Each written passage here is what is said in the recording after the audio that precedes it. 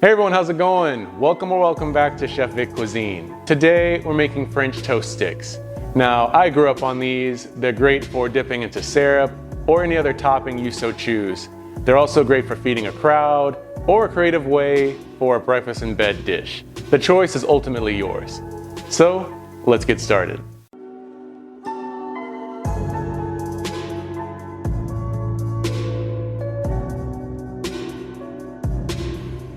So diving right into this recipe, in a large bowl, we want to add in 4 large eggs, followed by 1 cup of whole milk, 3 tablespoons of granulated white sugar,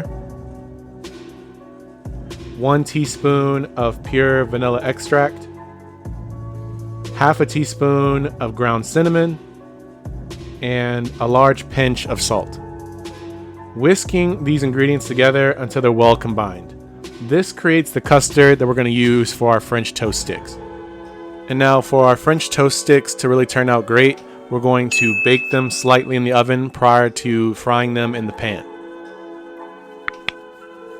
And for that, you want to position 2 oven racks close together in your oven, and then place a parchment paper lined baking sheet on the lower rack. And then you want to place a slice of white bread that's been thickly sliced into each rung of the upper oven rack so that they rest on the baking sheet. In total for this recipe, you're going to need about 8 large slices of white bread.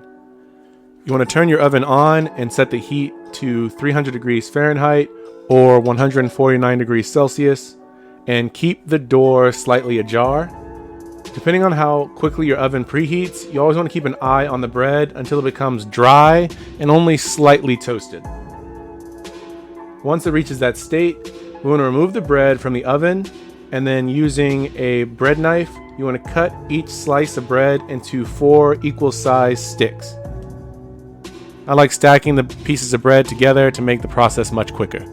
So after you've sliced your French toast sticks into the proper shapes, you want to add 1 tablespoon's worth of salted butter into a large skillet set over medium-low heat or 300 degrees Fahrenheit or 149 degrees Celsius. Back to our custard, you want to give this a quick mix again before we dip each French toast stick into the custard and roll them in it to fully coat.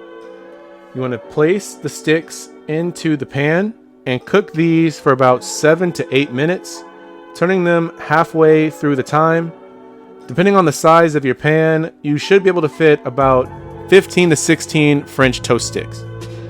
After they've fully cooked to your desire, you want to remove them from the heat and set them onto a serving platter. You can repeat the same process with the remaining amount of sticks. In total, this recipe makes about 32 French toast sticks. I like serving these with some hot butter, sifted powdered sugar, and syrup. And just like that, you've made French toast sticks right at home. For this recipe, it's really important that you use thick cut white bread or even brioche bread, or else the French toast sticks will become too soggy and fall apart.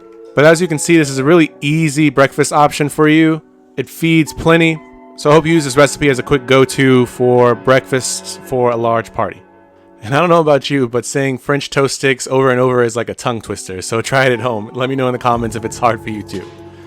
But when you do try this recipe at home, be sure to tag me at Chef Vic Cuisine or hashtag Chef Vic Cuisine so I can see your great takes on this dish. As always, this recipe and many more can be found in my cookbook, Chef Vic Cuisine Volume 4, Enhancing Your Inner Chef. And that's available on Amazon, and I'll be sure to leave a link to that in my description box. And feel free to click the pop-up on your screen for more information on that as well. Thank you all so much for watching. I really hope you enjoyed learning how to make French toast sticks at home. And if you did, make sure you smash that like button for me. It's one of the best ways to show support for the channel.